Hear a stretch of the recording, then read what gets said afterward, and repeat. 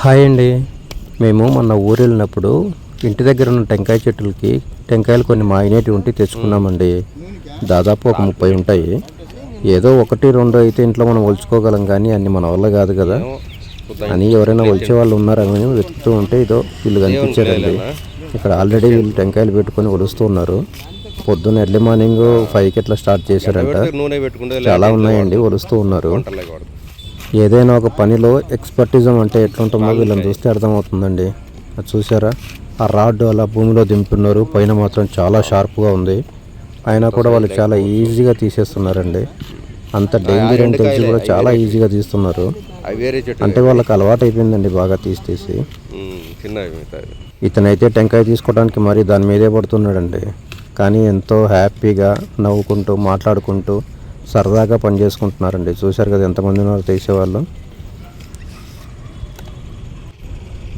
ఇక్కడ ఉన్నవన్నీ అయిపోయాక నేను తీసుకెళ్ళినట్టు చేస్తామన్నారండి. పని మధ్యలో ఆపకూడదు కదా, అది అయిపోయాక చేస్తామన్నారు. సరే అని చెప్పేసి అలా వాళ్ళతో మాట్లాడుతూ ఉండిపోయాను. ఇదో ఇవేనండి మన ఊరి నుండి తెచ్చినట్టువి. ఆల్రెడీ చెట్టు మీద కొన్ని ఎండిపోయాయి, కొన్ని ఇంటికి తెచ్చిన తర్వాత ఎండిపోయాయి. అవన్నీ తీద్దామని తీసుకొచ్చాను. బాగా ఎండిపోయి ఉన్నాయండి. కొబ్బరి కూడా బాగుంటుంది. ఆ రాడ్డు చూసారా ఎంత షార్ప్ ఉందో. యాక్చువల్గా ఇలాంటి రాడ్ నేను ఒకటి చేయించానండి. ఎలాగో మనకు టెంకాయ చెట్లు ఉన్నాయి కదా, ఎప్పుడన్నా తీసుకోవడానికి ఉపయోగపడుతుందని చేయించాను. కానీ ఇంత డేంజర్ అని తెలిసి పక్కన పెట్టేశానండి. ఇలా తీస్తున్నప్పుడు అది స్లిప్ అయితే ఏమవుతుందన్నా అని అడిగితే ఆయన ఏం చెప్పారో తెలుసా, అటో ఇద్దరు కలిసి పైకి లేపాలి సార్ అంటున్నాడు. ఇంత కష్టపడితే వాళ్ళకు ఒక్కో టెంకాయకి వచ్చే కూలి ఎంతో తెలుసా అండి, జస్ట్ ₹1.50. చాలా తక్కువ కదండి.